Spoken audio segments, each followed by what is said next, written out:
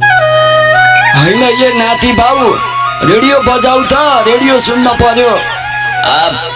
Radio नै सुन्ने हो र बा के आउँछ र? अब के आउने हो गीत सङ्गीत सूचना मनोरञ्जन सबै आउँछ के।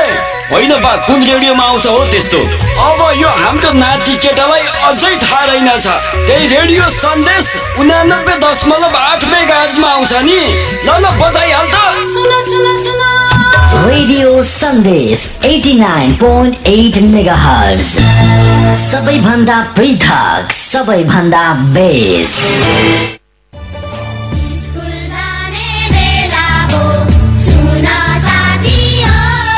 सुनवल नगरपालिका शिक्षा शाखाको सम्पूर्ण विद्यार्थी तथा अभिभावक ज्यूहरूलाई अनुरोध।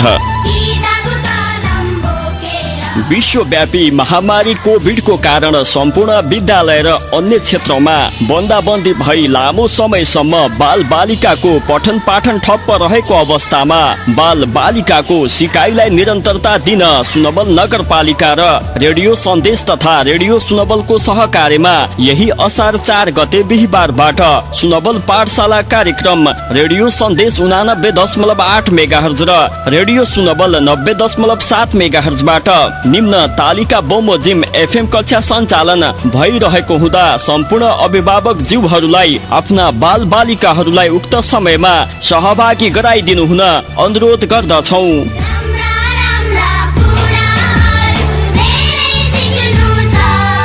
रेडियो सुनवलमा पढाइ हुने समय कक्षा 3 को बिहान 9:30 देखि 10 बजेसम्म, कक्षा 4 को बिहान 10:05 देखि 10:40 सम्म, कक्षा 5 को बिहान 11:05 देखि 11:45 सम्म, कक्षा 6 को मध्याह्न 12:10 देखि 12:55 सम्म र कक्षा 1 को दिउँसो 1:10 देखि 1:40 सम्म।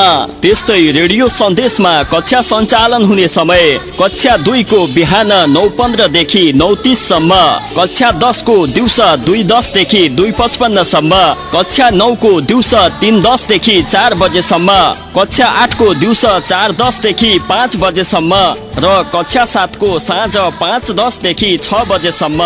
अनुरोधक सुनवल नगरपालिका शिक्षा शाखा।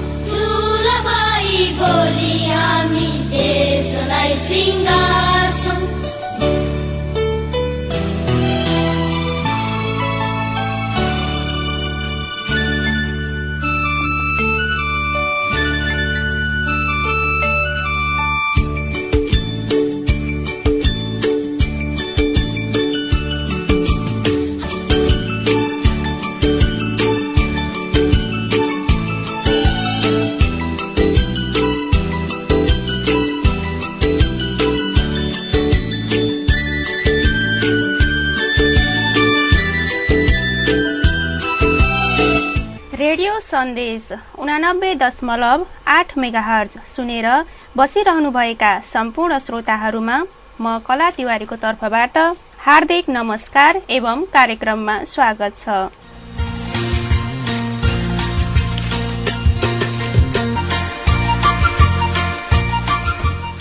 विश्वव्यापी रूपमा कोरोना भाइरसको संक्रमण फैलिँदै गएपछि त्यसबाट बच्न र बचाउन यति बेला लगभग सबै विश्व समुदाय नै आफ्नो घरभित्र सीमित भएर बस्न बाध्य छ। यस्तो अवस्थामा अहिले हाम्रा सम्पूर्ण शैक्षिक संस्थाहरूमा पनि नियमित पठन पाठन हुन सकिरहेको छैन।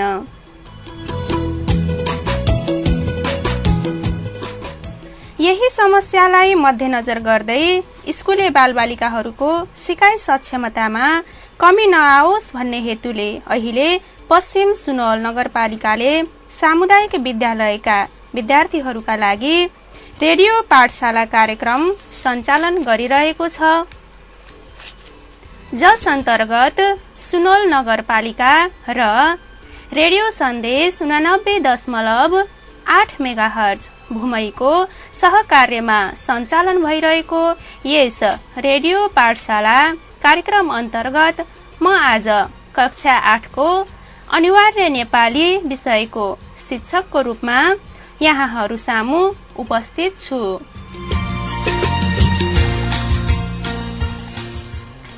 अबको 5 बजेसम्म यहाँहरूले यो कार्यक्रम सुनेर साथ दिनुहुनेछ।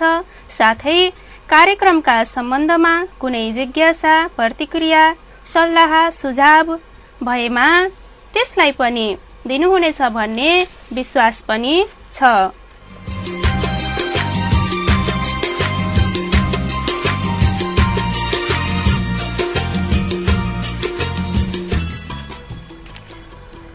आउनुहोस् विद्यार्थी भाइ बहिनीहरू, अब हामी कक्षा सुरु गर्छौं। विद्यार्थी भाइ बहिनीहरू, कक्षा सुरु गरिरहँदा तपाईहरूको हातमा पनि कक्षा 8 को अनिवार्य नेपाली विषयको पाठ्यपुस्तक हुनुपर्ने हुन्छ। यदि छैन भने पनि छिट्टै लिएर बस्नुहोला। साथमा कापी र कलम पनि लिन नछुटाउनुहोला, किनभने हामीलाई पढ्दा पढ्दै जिज्ञासा लागेका केही कुराहरू, केही प्रश्नहरू हामीले कापीमा टिप्नुपर्ने समेत हुन्छ र कार्यक्रमको अन्त्यमा म तपाईहरूलाई आजको कक्षा अनुसार, कार्यक्रम अनुसार केही गृह कार्य पनि दिनेछु, त्यसलाई टिप्न नछुटाउनुहोला।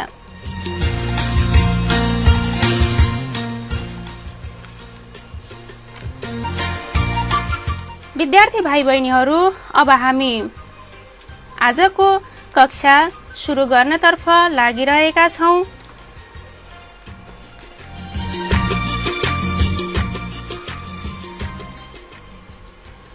पाठ सुरु गर्नुभन्दा पहिले हामी अनिवार्य नेपाली विषयको पाठ्यक्रमका सम्बन्धमा सामान्य जानकारी प्रदान गर्नेछौं। तस पश्चात आज हामीहरू पाठ 1 को बारेमा छलफल पनि गर्नेछौं।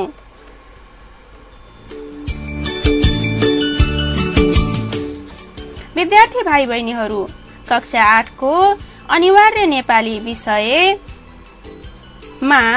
जम्मी 22 वटा पाठहरू यहाँहरूले अध्ययन गर्नुपर्ने हुन्छ, जसमा कथा 6 वटा रहेका छन्, कविता 4 वटा रहेका छन्, प्रबन्ध निबन्ध 4 वटा रहेका छन्, त्यसैगरी रूपक 2 वटा रहेका छन्, जीवनी 4 वटा रहेका छन्, चिठी निवेदन 2 वटा गरी जम्मी 6 वटा विधाका 22 वटा पाठहरू कक्षा 8 को अनिवार्य नेपाली विषयमा समावेश गरिएको छ।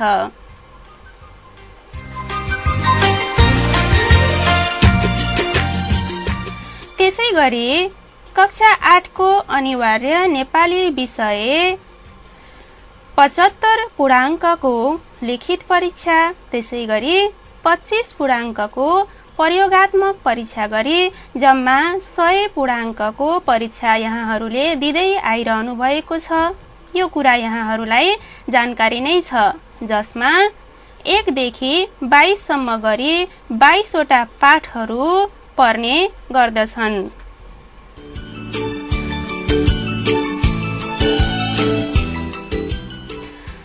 आज कक्षा 8 को नेपाली विषयको पहिलो कार्यक्रम अर्थात् पहिलो कक्षा भएकाले हामीहरू अब नेपाली विषयको पाठ्यक्रम सम्बन्धीको सानो छोटो परिचय सकायौं। यसभन्दा गहिराईमा आज हामी यो कक्षामा जाँदैनौं।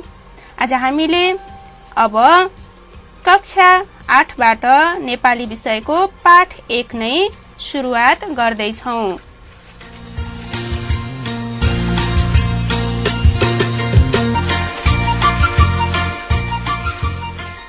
कक्षा 8 को अनिवार्य नेपाली विषयको पाठ 1 मा नेपाल शीर्षकको कविता रहेको छ।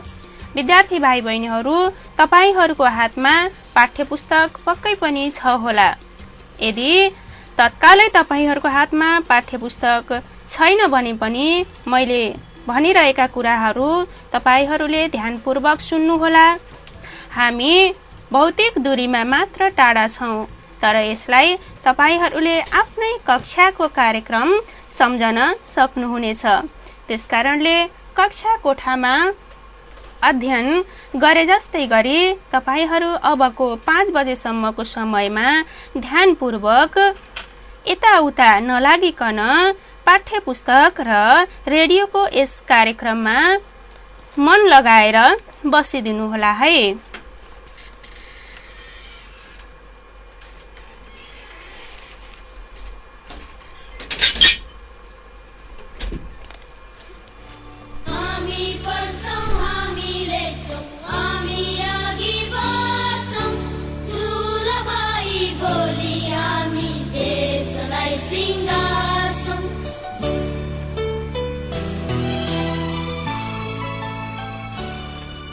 विद्यार्थी भाइ बहिनीहरू, कक्षा 8 को नेपाली विषयको पाठ 1 मा मैले अघि पनि भनिसके नेपाल शीर्षकको कविता रहेको छ।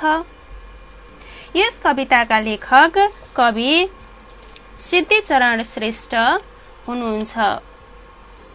कविता सुरु गर्नुभन्दा पहिले हामी कवि सिद्धिचरण श्रेष्ठको छोटो परिचय तर्फ लाग्नेछौँ। तत्पश्चात हामी पाठ सुरु गर्नेछौँ।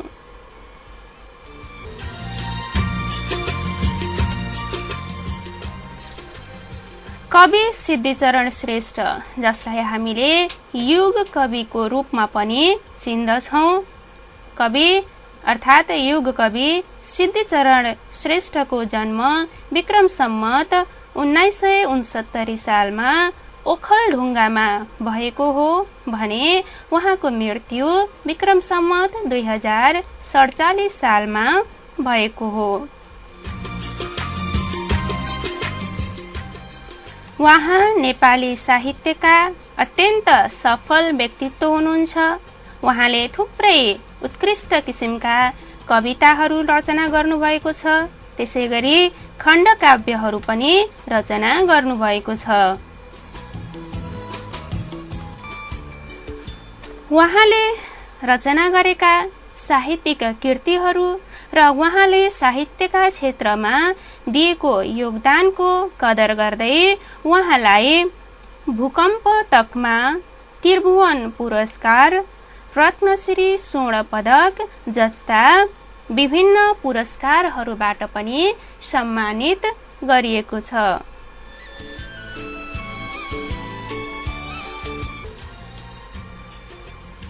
विद्यार्थी भाइ बहिनीहरू, अब हामी कवितामा प्रवेश गर्दैछौँ। आजको कक्षामा हामीले यस नेपाल कविताको लयबोध, भावार्थबोध र शब्दार्थ बोध सम्बन्धी जानकारीहरू आदान प्रदान गर्नेछौँ।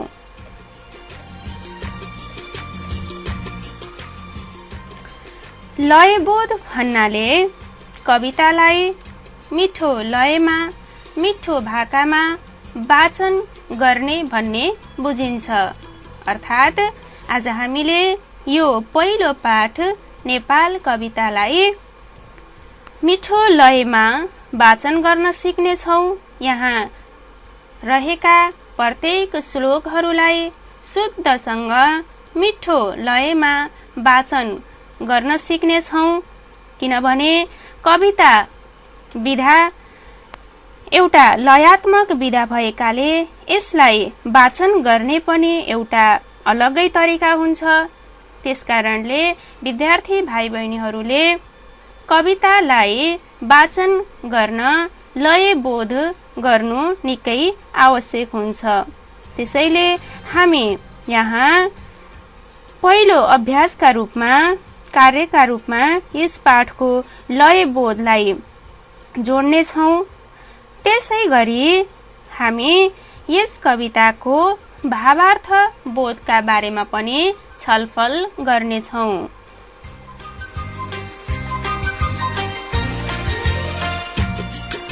भावार्थ बोध भन्नाले भाव र अर्थ, अर्थात् यस कविताका माध्यमबाट कवि सिद्धिचरण श्रेष्ठले हामीलाई दिन खोज्नु भएको मुख्य भाव, मुख्य सन्देश उहाँले यस कविताको रचनाबाट हामी समग्र पाठकहरूमा बुझाउन खोज्नु भएको मूल मर्मलाई कविताको भावार्थ भन्ने गरिन्छ। त्यसकारणले हामी कविताको लय बोध गरिसकेपछि सँगसँगै त्यसको भावार्थ बोध पनि गर्नेछौँ।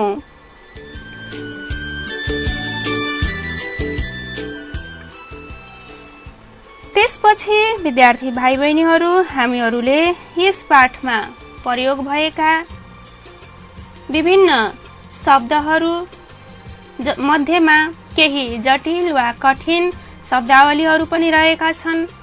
ती शब्दहरूका अर्थ के हुन् त भनेर यहाँ प्रयोगमा आएका केही कठिन शब्दहरूका शब्द र त्यसले दिने अर्थको बारेमा पनि छलफल गर्नेछौँ।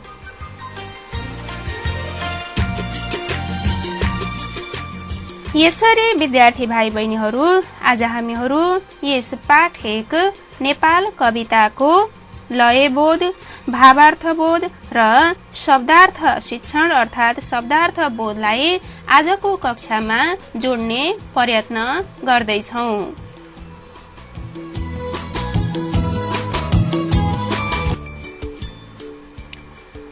ल त विद्यार्थी भाइ बहिनीहरू, अब हामी यो कविताको लयबोध तर्फ जाँदैछौँ। कविता वाचन गर्नुभन्दा पहिले म विद्यार्थी भाइ बहिनीहरूका समक्ष यस नेपाल कविताको शीर्षकका बारेमा केही छलफल गर्न चाहन्छु। कवि सिद्धिचरण श्रेष्ठले यस कविताको नाम नेपाल राख्नुभएको छ भनेपछि पक्कै पनि यो कविता हाम्रो देश नेपालको विभिन्न पक्षहरूको वर्णनमा रचना भएको छ। अर्थात् कविले यस कविता मार्फत हाम्रो देश नेपालको भौगोलिक, प्राकृतिक, जातीय, सांस्कृतिक, धार्मिक विभिन्न पक्षहरूमा उजागर गर्ने काम गर्नुभएको छ। साथै त्यति मात्र नभएर यो कविता एउटा बहु सन्देश दिने कविता पनि हो। यस कवितामा कविले नेपालको बारेमा वर्णन गर्नुका साथसाथै नेपालको निर्माणमा यहाँका पुर्खाहरूले दिएको योगदानको महत्त्व दर्शाउने काम समेत गर्नुभएको छ।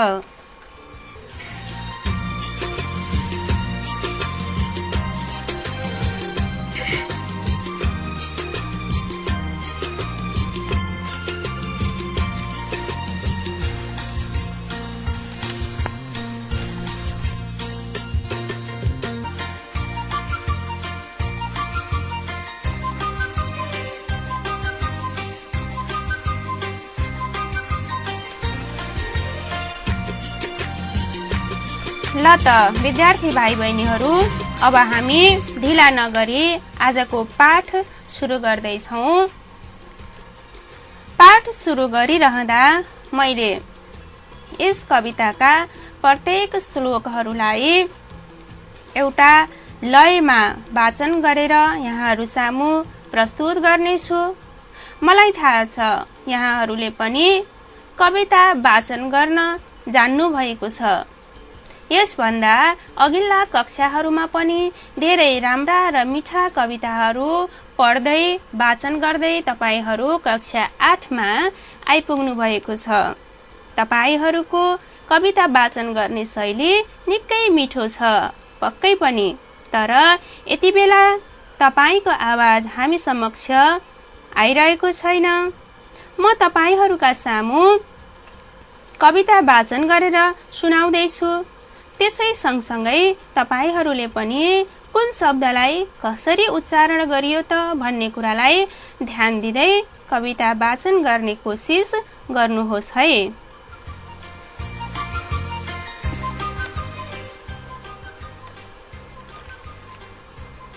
ल अब हामी कविताको पहिलो श्लोक सुरु गर्दैछौँ। ध्यानपूर्वक सुनौं। नेपाल प्यारो र पवित्र देश, सौन्दर्य धारा बहने अशेष। विद्यार्थी भाइ बहिनीहरू, मैले केवल 2वटा हरफ मात्रै वाचन गरेँ। यति बेला म फेरि यसलाई दोहोऱ्याउँदैछु, नआत्तिनुहोला। हामी यसलाई बारम्बार अभ्यास गर्नेछौँ। एकै पटकको वाचनमा हामी सबै कविता उस्तै गरी पढ्न गाह्रो पनि हुन्छ, त्यसैले धैर्य गर्नुहोस्। कार्यक्रमको अन्त्यसम्ममा तपाईहरूले यो कवितालाई मिठोसँग वाचन गर्न सक्नुहुनेछ।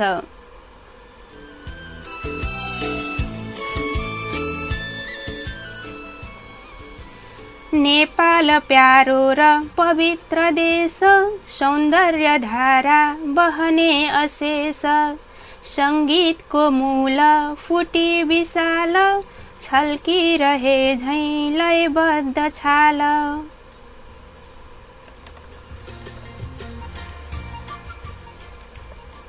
विद्यार्थी भाइ बहिनीहरू, अब हामी कविताको दोस्रो श्लोकतर्फ लाग्दैछौँ। ध्यान दिएर सुन्नुहोस्।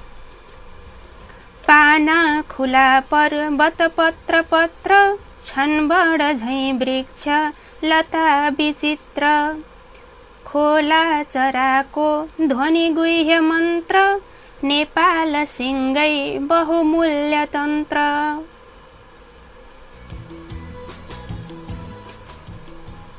विद्यार्थी भाइ बहिनीहरू, यहाँलाई कठिन भएको त छैन नि है? यदि केही गाह्रो भएको छ, गाह्रो मान्नु भएको छ भने पनि नआत्तिनुहोला। हामी बल्ल पहिलो पटक यसलाई वाचन गर्दैछौँ। कविता वाचन एकै पटकमा सकिने वा सम्भव हुने कुरा होइन, त्यसैले यसलाई बारम्बार अभ्यास गरेपछि पक्कै पनि तपाईहरूले पनि सहज रूपमा यो कवितालाई मिठोसँग शुद्धसँग वाचन गर्न सक्नुहुनेछ। तर त्यसका लागि तपाईहरूले हातमा लिएको किताबमा एकदमै ध्यान दिनुहोस् र मैले भनिरहेको कुरामा ध्यान दिनुहोस्। मनलाई यताउता नडुलाउनुहोस्। यदि तपाईहरूले मैले कविता वाचन गरिरहँदा आफ्नो ध्यान अन्त पुर्याउनु भयो भने यसको लय बुझ्न र महसुस गर्न तपाईहरू छुट्नुहुनेछ र तपाईलाई कविता वाचन गर्न कठिन पर्न जान्छ।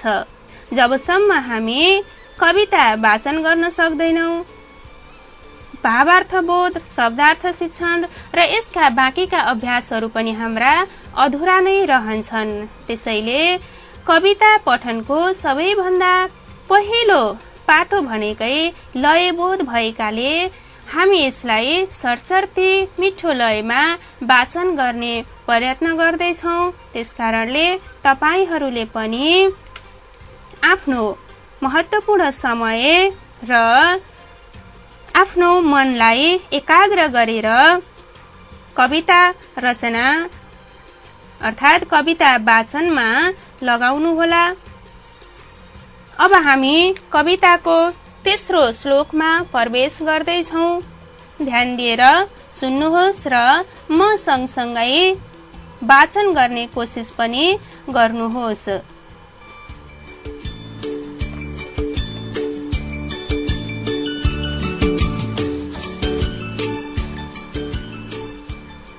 नयाँ नयाँ जित अनेक जोड्दै यो देशको इज्जत मान थप्दै, ज्यामी सिपाही र किसान सारा छन् आज हाम्रा बलिया सहारा।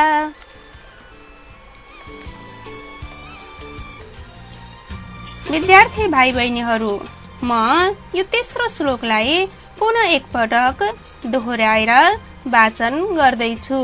यदि अघिल्लो वाचनमा तपाईँ छुट्नु भएको छ भने अबको वाचनमा सँगसँगै साथमा रहनुहोला है।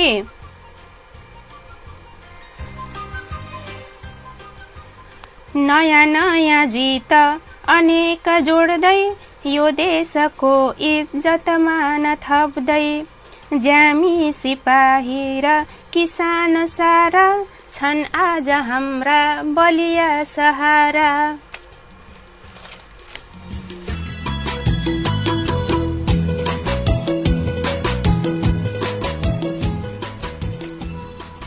ल त विद्यार्थी भाइ बहिनीहरू, अब हामी कविताको अर्को श्लोकमा प्रवेश गरिसकेका छौँ। यसलाई पनि ध्यान दिएर सुन्नुहोला। यो देशको सिर्जनको निमित्त पुर्खाहरूको पसिना र रक्त हाम्रो बहेको छ नसा नसामा, डोर्याउँदै स्वर्ग छुने दिशामा।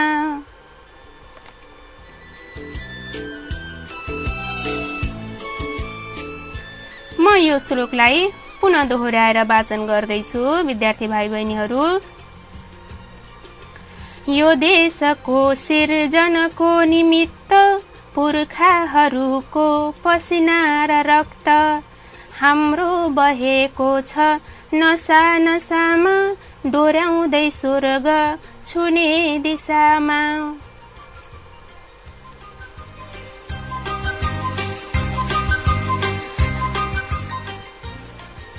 अब हामीहरू कविताको अन्तिम श्लोकमा छौँ, अर्थात् 5औं श्लोकमा आइपुगेका छौँ।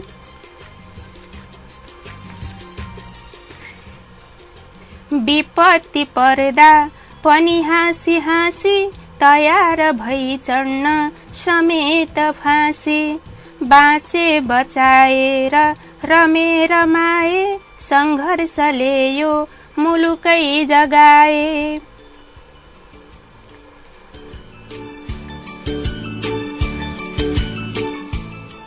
म यस अन्तिम श्लोकलाई पनि पुनः दोहोऱ्याएर वाचन गर्दैछु। यो यहाँहरूलाई नै सजिलो होस् भन्ने हेतुले म प्रत्येक श्लोकलाई दोहोऱ्याएर वाचन गर्दैछु विद्यार्थी भाइ बहिनीहरू। विपत्ति पर्दा पनि हाँसी हाँसी, तयार भई चढ्न समेत फाँसी। बाँचे बचाए र रमे रमाए, सङ्घर्षले यो मुलुकै जगाए।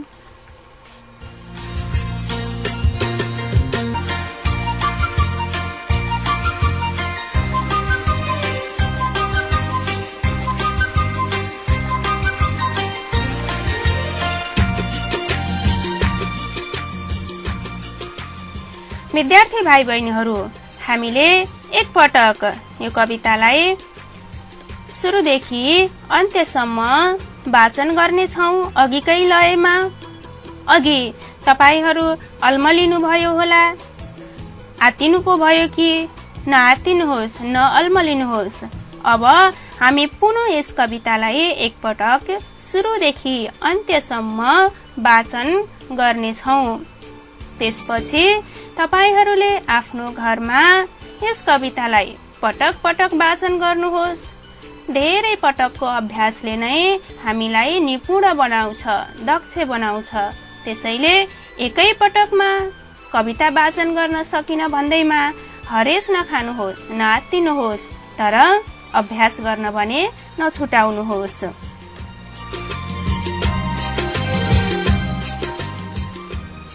ल विद्यार्थी भाइ बहिनीहरू, अब म यो कवितालाई पुनः एकपटक सुरु गर्दैछु। अब सुरुदेखि अन्त्यसम्म एकैपटक वाचन गरेर सुनौँ है त।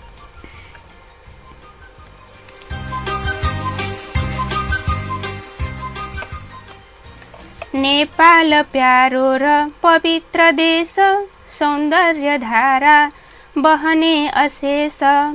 सङ्गीतको मूल फुटी विशाल, छल्किरहे झैँ लयबद्ध छाल। पाना खुला पर बतपत्र पत्र, छन् बड झैँ वृक्ष लता विचित्र। खोला चराको ध्वनि गुह्य मन्त्र, नेपाल सिंगै बहुमूल्य तन्त्र। नयाँ नयाँ जीत अनेक जोड्दै, यो देशको इज्जत मान थप्दै। ज्यामी सिपाही र किसान सारा, छन् आज हाम्रा बलिया सहारा। यो देशको सिर्जनको निमित्त, पुर्खाहरूको पसिना र रक्त हाम्रो बहेको छ नसा नसामा, डोर्याउँदै स्वर्ग छुने दिशामा विपत्ति पर्दा पनि हाँसी हाँसी तयार भई चढ्न समेत फाँसी बाँचे बचाए र रमे रमाए सङ्घर्षले यो मुलुकै जगाए बाँचे बचाए र रमे रमाए सङ्घर्षले यो मुलुकै जगाए।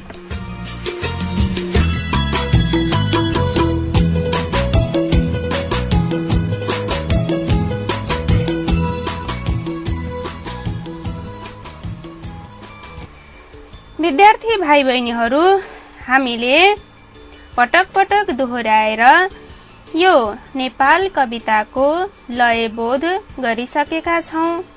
यसलाई हामीले एउटा निश्चित लयमा वाचन गर्ने प्रयत्न पनि गर्यौं यहाँहरूका सामु। आशा छ तपाईहरूले यो लयलाई टिपेर आफूले आफ्नो किताब हेरेर पनि अब यसै गरी कविता वाचन गर्न सक्नुहुनेछ।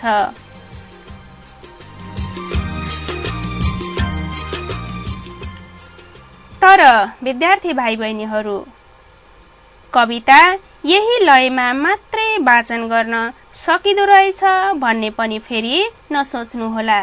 यो कविता वाचनको एउटा लय मात्र हो। तपाईसँग योभन्दा बेग्लै प्रकारको लय, बेग्लै प्रकारको शैली हुन सक्छ। तपाई आफैले पनि यो कवितालाई अझ राम्रो लयमा, अझ मिठो शैलीमा वाचन गर्न सक्नुहुन्छ भने आफैले पनि वाचन गर्न सक्नुहुनेछ। यदि तपाईहरूले लय निर्धारण गर्न सक्नु भएको छैन, कसरी वाचन गर्ने भन्ने दुविधामा हुनुहुन्छ भने अघि हामीले अभ्यास गरेकै लयमा तपाईहरूले यस कविताको वाचन गर्न सक्नुहुनेछ।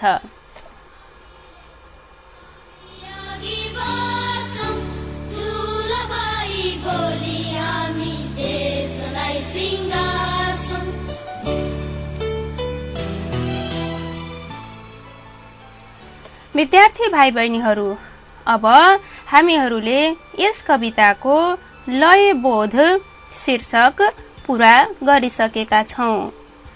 यस सँगसँगै अब हामीहरू कविताको भावार्थ बोधमा प्रवेश गर्दैछौं।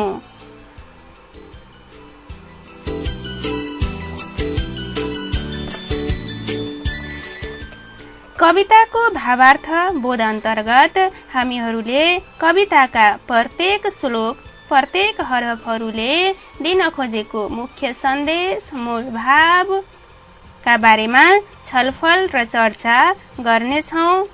यो पनि निकै महत्त्वपूर्ण पक्ष नै हो, त्यसकारणले ध्यानपूर्वक सुनौ है।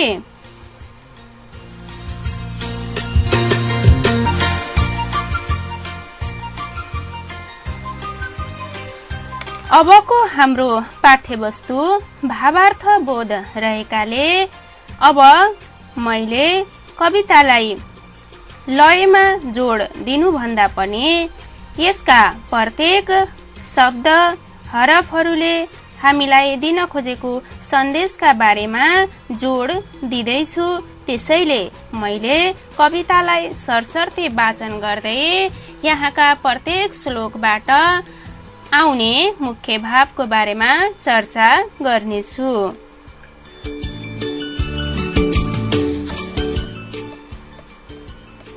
विद्यार्थी भाइ बहिनीहरू, कविताको पहिलो श्लोक यहाँहरूले आफूसँग भएको किताब हेरिरहनु भएको छ, होइन त?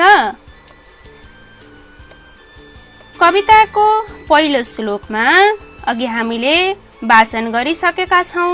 नेपाल प्यारो र पवित्र देश, सौन्दर्य धारा बहने अशेष। पक्कै पनि विद्यार्थी भाइ बहिनीहरू, हाम्रो देश नेपाल एउटा हामी सबै नेपालीको प्यारो देश हो र यो एउटा पवित्र देश पनि हो।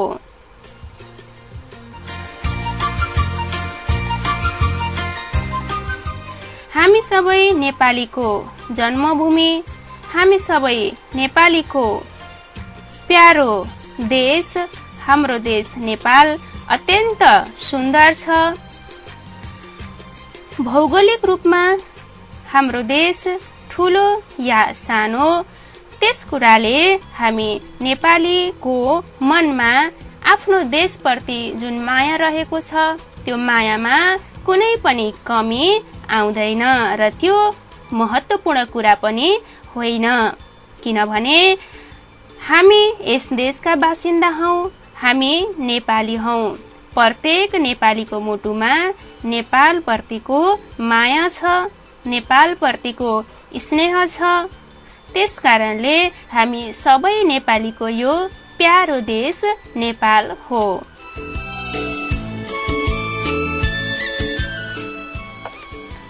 विभिन्न धार्मिक मठ मन्दिर, देवी देवताको पूजा आजा गरिने, विभिन्न चाडपर्व, धर्म, संस्कार र संस्कृतिले भरिपूर्ण रहेको यो देश उत्तिकै पवित्र देश पनि हो। सभ्यताको मुहान बोकेको, विभिन्न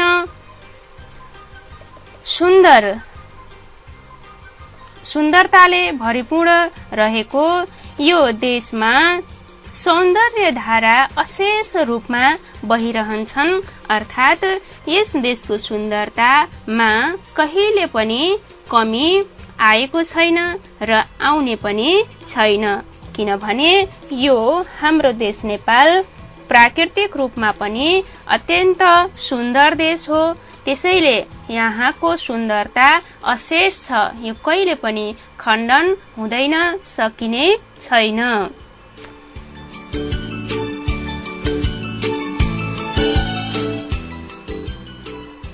म अब कविताको पहिलो श्लोकभित्रै पछु अझै पनि हामी अर्को हरफमा जाँदैछौँ।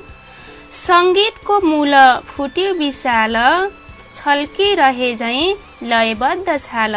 विद्यार्थी भाइ बहिनीहरू, हामी प्रत्येक श्लोकभित्र यसले बुझाउन खोजेको भाव के हो त भन्ने कुराका बारेमा यति बेला चर्चा गरिरहेका छौँ। यहाँ थुप्रै नदी नालाहरू छन्, झरनाहरू छन्, हिम श्रृङ्खलाहरूबाट निरन्तर रूपमा ठुला ठुला नदी नालाहरू बगिरहेका छन्। पहाड र पर्वतका खोजहरूबाट सुन्दर झरनाहरू कलकलाएर झरिरहेका छन्। ती नदीहरूका ती झरनाहरू, छाँगा छहराबाट निस्किएका ती झरना र ती छालहरूको आवाज एउटा संगीत जत्तिकै सुमधुर छ। हामी प्रत्येक व्यक्तिलाई संगीतले तान्ने गर्दछ, प्रत्येक व्यक्तिको हृदय संगीतले छुने गर्दछ।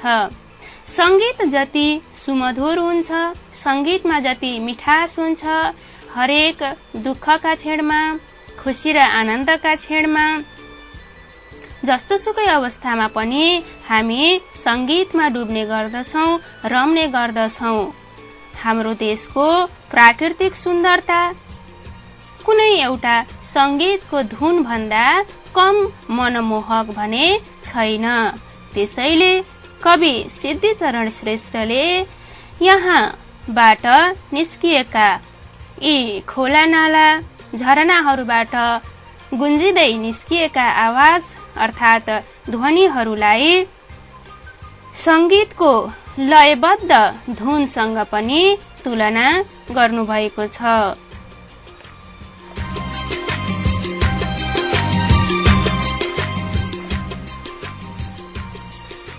अब हामी कविताको दोस्रो श्लोकमा प्रवेश गर्दैछौँ। दोस्रो श्लोक अन्तर्गत के कस्ता कुराहरू कविले वर्णन गर्नुभएको छ भन्ने कुरामा हामी प्रवेश गरिरहेका छौँ।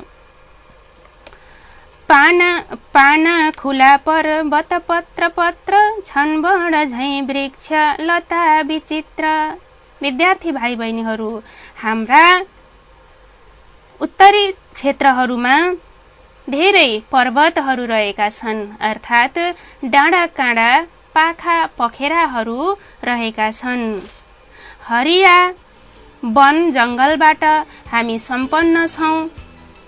त्यस्तै ठुला ठुला पर्वतहरू पनि मिलेर रहेका छन्।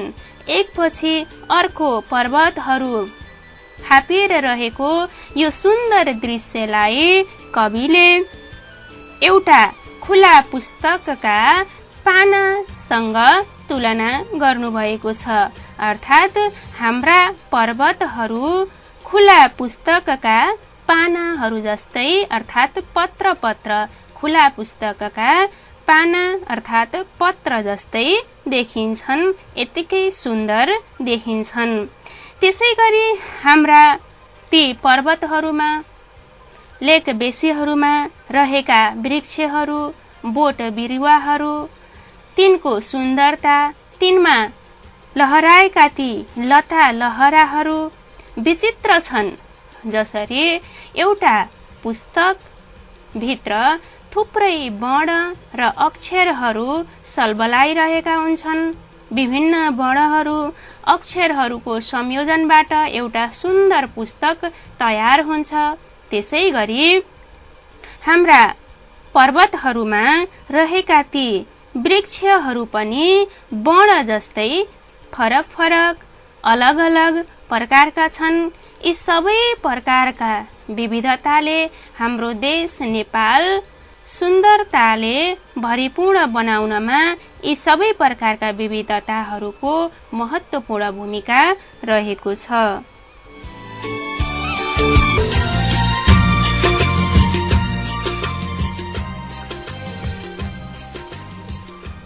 खोला चराको ध्वनि गुह्य मन्त्र, नेपाल सिंगै बहुमूल्य तन्त्र। विद्यार्थी भाइ बहिनीहरू, कविताका यी हरफहरूले के भन्न खोजेको होला त? हजुरहरूले पक्कै पनि विचार गर्नुभएको छ। हाम्रा देशमा थुप्रै खोलाहरू छन्, झरनाहरू छन्, छाँगा छहराहरू छन्। त्यसै गरी थरी थरीका चराचुरुङ्गीहरू पनि छन्। ती खोला नाला झरनाबाट आउने आवाज, त्यसै गरी चराचुरुङ्गीले वन जङ्गलमा खुसी भएर रमाउँदै नाच्दै गीत गाउँदै गर्दा उनीहरूबाट निस्केको त्यो आवाज कुनै मठ मन्दिरका पुजारीहरूले प्रयोग गर्ने पवित्र मन्त्र बराबरका छन्। उनीहरूले बोलेका ती शब्दहरू, चराचुरुङ्गीबाट निस्केका ध्वनिहरू, आवाजहरू, त्यसै गरी खोला नाला बहँदाखेरि कलकलाउँदो आवाज जुन आउँछ, ती आवाजहरूको खास अर्थ हामीले बुझ्न नसके तापनि तिनीहरूको आवाज कुनै मठ मन्दिरमा प्रयोग हुने गोप्य देवी देवताको मन्त्र बराबर सुनिने गर्दछ। यति मिठास र यति सुमधुर ध्वनिहरू खोला नाला र चराचुरुङ्गीका माध्यमबाट हामीले सुन्न सक्छौँ। यी सम्पूर्ण विविधता एकातर्फ नेपाल भौतिक रूपमा, प्राकृतिक रूपमा, धार्मिक रूपमा, सांस्कृतिक रूपमा हामीले अघि पनि भनिसक्यौँ। यहाँ थुप्रै प्रकारका जात जातिका मानिसहरू छन्, बसोबास गर्दछन्। त्यसै गरी विभिन्न किसिमका धर्महरू छन्, संस्कारहरू छन्, रीतिरिवाजहरू छन्। यस्ता विविधताले सम्पन्न हाम्रो देश नेपाल पक्कै पनि आफैमा एउटा बहुमूल्य तन्त्र हो, प्यारो र पवित्र देश हो भन्ने कुरा कवि सिद्धिचरण श्रेष्ठले यस कविता मार्फत हामीलाई बुझाउन खोज्नु भएको छ।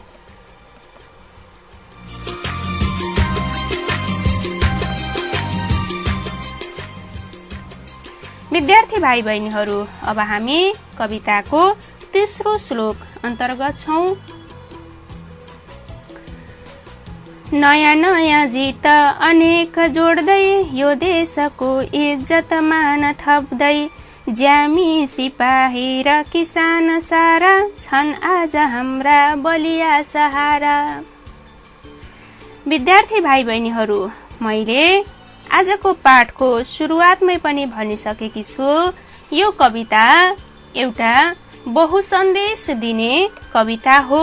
यस कवितामा कविले नेपालको भौगोलिक सुन्दरताको वर्णन गर्नुका साथसाथै यो देशको निर्माणमा हाम्रा पुर्खाहरूले पुर्याएको योगदान, उहाँहरूले दिएको बलिदानको चर्चा समेत गर्नुभएको छ र उहाँहरूले दिएको त्यस बलिदानको उच्च प्रशंसा समेत गर्नुभएको छ। कविताको यो श्लोक तिनै हाम्रा पुर्खाहरूले पुर्याएको योगदानसँग अब सम्बन्धित हुँदै जाँदैछ। हाम्रो देशमा इज्जत मान थप्नका निम्ति सबै व्यक्तिहरूको उत्तिकै भूमिका रहेको छ। यहाँ रहेका हरेक व्यक्ति धनी गरिब जातमा जुनसुकै भए पनि, वर्ण लिङ्ग जुनसुकै भए तापनि सबैले आफ्नो क्षेत्रबाट यो देशको इज्जत र मान बढाउनका निम्ति महत्त्वपूर्ण भूमिका निर्वाह गर्नुभएको छ। एउटा ज्यामी, सिपाही र किसान समग्र रूपमा मिलेर नै हाम्रो देशलाई अगाडि बढाउने काम गरेका छन्। यी सबै हाम्रा देशका बलिया सहारा हुन्। हाम्रो देशको उन्नति र प्रगतिका निम्ति ठूला ठूला पदमा काम गर्ने व्यक्ति मात्र भएर पुग्दैन। जबसम्म ज्यामी, सिपाही र किसान जस्तै आफ्नो क्षेत्रमा रहेर सबैले आफ्नो दायित्व पूरा गर्दैनौ, तबसम्म देशको उन्नति र प्रगति समेत हुन सक्दैन। त्यसैले आफ्नो क्षेत्रबाट आफ्नो देशको उन्नति र प्रगतिको लागि जुट्नु पर्दछ, लाग्नु पर्दछ भन्ने मूल सन्देश पनि कविताका यी श्लोकहरूबाट कविले दिन खोज्नु भएको छ।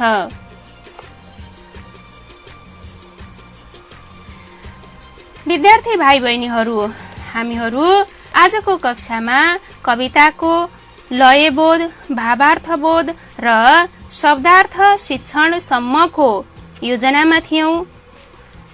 समय अभावका कारण आज हामीले ती समग्र विषयवस्तुहरूलाई यहाँहरू समक्ष प्रस्तुत गर्न असमर्थ रह्यौं। त्यसका लागि क्षमा पनि चाहन्छु। आज हामीले कविताको लयबोध गर्यौं, त्यस सँगसँगै कविताका 3वटा श्लोकहरूबाट त्यसको भावार्थ पनि गरिसकेका छौं। भावार्थ शिक्षण र छलफल पनि हामीले गरिसकेका छौं। त्यसकारण यसैसँग सम्बन्धित रहेर विद्यार्थी भाइ बहिनीहरूलाई मैले केही गृह कार्य पनि दिँदैछु, ध्यान दिएर सुन्नुहोला।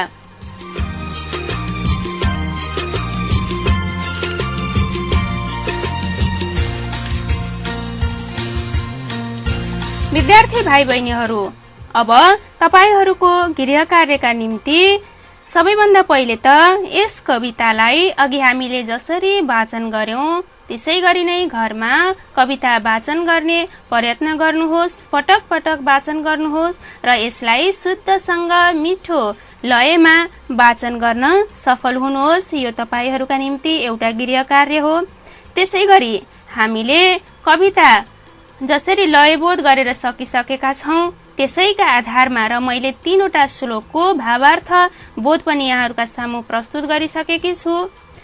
अझै त्यसमा केही कुराहरू थप गर्दै तपाईहरूले यस नेपाल कविताको मुख्य भाव लेख्नुहोस्।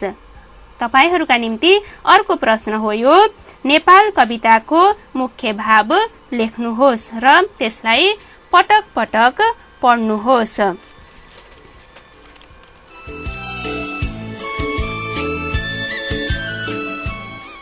विद्यार्थी भाइ बहिनीहरू, रेडियो पाठशालाको कार्यक्रम आजलाई यति नै।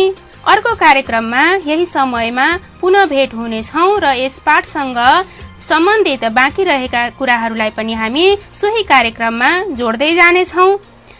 त्यसैले आजको गृह कार्य अनुसार, दिएको गृह कार्य अनुसार तपाईले आफ्नो घरमा बसेर आफ्ना गृह कार्यहरू गर्नुहोस्। आफू सुरक्षित रहनुहोस्, सँगसँगै आफ्नो अध्ययन लाई निरन्तरता दिन भने नछोड्नुहोला है त।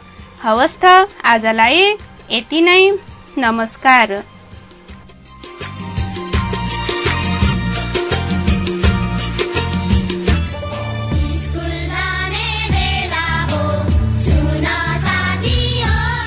सुनवल नगरपालिका शिक्षा शाखाको सम्पूर्ण विद्यार्थी तथा अभिभावक ज्यूहरूलाई अनुरोध।